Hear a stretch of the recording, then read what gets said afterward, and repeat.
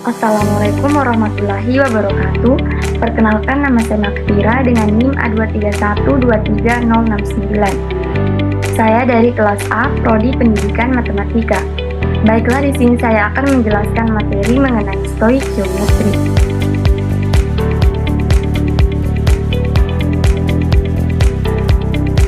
Apa itu stoikiometri? Stoikiometri berasal dari bahasa Yunani, yaitu stoikeon, yang berarti unsur, dan metrein yang berarti mengukur. Dalam ilmu kimia, stoikiometri adalah ilmu yang mempelajari kuantitas suatu zat dalam reaksi kimia. Zat-zat tersebut meliputi massa, jumlah mol, volume, dan jumlah partikel. Tak hanya itu, stoikiometri juga diartikan sebagai perhitungan kimia yang menyangkut hubungan kuantitatif zat yang terlibat dalam reaksi. Kemudian, hukum dasar kimia untuk stoikiometri. Yang pertama, hukum kekekalan massa.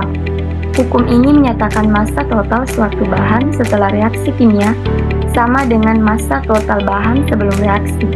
Contohnya, massa kayu yang belum dibakar memiliki massa yang sama dengan hasil pembakarannya. Yang kedua, hukum perbandingan tetap.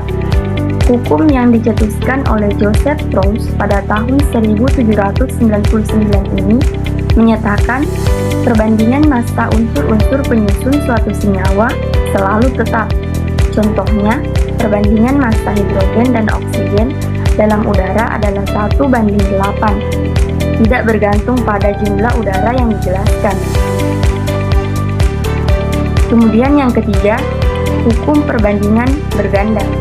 Hukum perbandingan berganda yang dikemukakan oleh John Dalton pada tahun 1803, yaitu apabila ada dua unsur yang dapat membentuk lebih dari satu senyawa, perbandingan massa unsur yang satu yang bersenyawa dengan unsur lain yang tertentu massanya adalah bilangan bulat dan sederhana.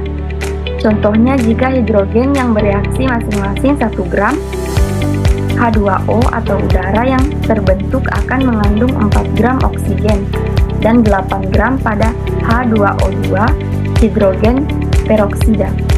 Kemudian yang keempat, hukum Gay-Lussac.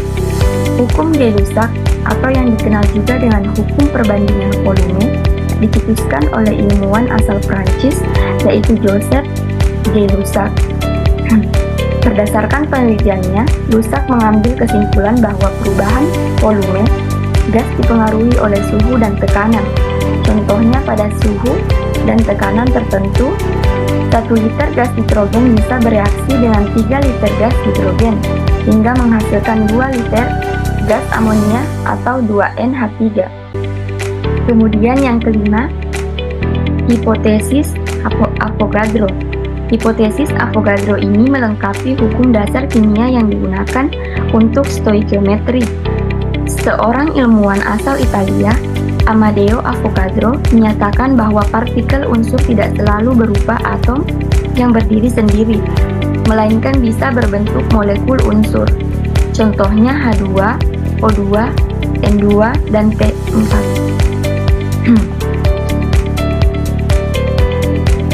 Kemudian, konsep kimia dalam stoikiometri. Yang pertama, massa atom relatif atau AR. Yang kedua, massa molekul relatif atau MR. Yang ketiga, konsep mol. Yang keempat, molaritas. Kemudian jenis-jenis stoikiometri. Yang pertama, stoikiometri reaksi. Yang kedua, stoikiometri komposisi. Dan yang ketiga, stoikiometri gas. Di sini saya mengambil produk Minute Maid Pulpy.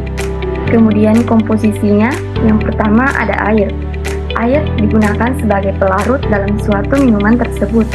Kemudian gula.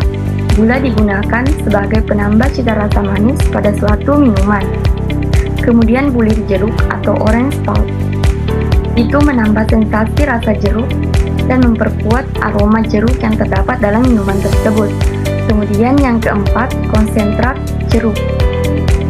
Konsentrat minuman buah adalah sari buah atau campuran 2 atau lebih sari buah yang dijadikan konsentrat dengan mengurangi kadar airnya, dengan penambahan gula dan bahan pangan lain. Konsentrat minuman buah dapat dikonsumsi setelah diencerkan. Kemudian yang kelima, pengatur keasaman. Pengatur keasaman atau agen pengendali pH adalah aditif makanan ditambahkan untuk mengubah atau mempertahankan pH atau keasaman atau kebasaan. Zat tersebut dapat berupa asam organik atau mineral, basa, agen penetralisir atau agen penyangga. Kemudian yang keenam, vitamin C. Vitamin C adalah salah satu jenis vitamin yang larut dalam air dan memiliki peranan penting dalam menangkal berbagai penyakit. Salah satu kegunaan vitamin C yang cukup penting adalah sebagai antioksidan alami bagi tubuh. Kemudian perisa alami. Perisa ini diperoleh dari bahan-bahan tumbuhan atau hewan dengan cara fisik, seperti halnya ekstraksi, perisa ekstrak alami, proses mikrobiologi, atau secara enzimatik. Kemudian pewarna alami. Pewarna alami ini merupakan zat pewarna yang diperoleh dari bahan yang didapatkan di sekitar atau belum terkena dengan campuran bahan kimia.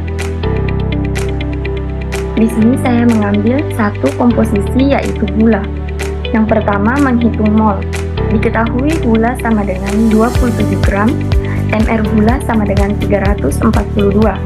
Ditanyakan, yaitu N.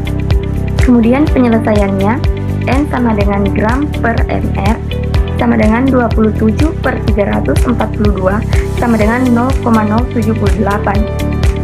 Kemudian yang kedua, menghitung molaritas. Diketahui N sama dengan 0,078, sedangkan P sama dengan 0,3. Yang ditanyakan adalah M, kemudian penyelesaiannya adalah M sama dengan N per P sama dengan 0,078 per 0,03, hingga menghasilkan 0,26 mol per liter. Kemudian yang ketiga, menghitung molaritas. Diketahui N sama dengan 0,078, kemudian Kg sama dengan 0,3, yang ditanyakan adalah M. Penyelesaiannya, N per Kg sama dengan 0,078 per 0,3, sehingga menghasilkan 0,26 mol per Kg. Kemudian yang terakhir, menghitung fraksi mol. Diketahui NT sama dengan 0,078, NP sama dengan 0,078. Penyelesaiannya, NT per NP tambah NP sama dengan 0,078 dibahagi 0,078, kemudian ditambah 0,078, sehingga menghasilkan 1078. Manfaat minuman Unit Metalti Orange, yaitu membantu mempercepat metabolisme tubuh. Seperti yang telah dijelaskan, vitamin C dibutuhkan untuk keperluan metabolisme tubuh. Tak hanya bisa memperbaikinya, tetapi konon, minuman yang mengandung vitamin C tinggi mampu membantu proses metabolisme tubuh supaya lebih cepat, menyegarkan tubuh. Bagi Anda yang sering merasa lelah, letih, dan lesu, bisa jadi ini karena kekurangan asupan nutrisi dan gula. Unit Metalti Orange tidak hanya mengandung vitamin C, tetapi juga kalori, karbohidrat, mineral, dan gula atau glukosa.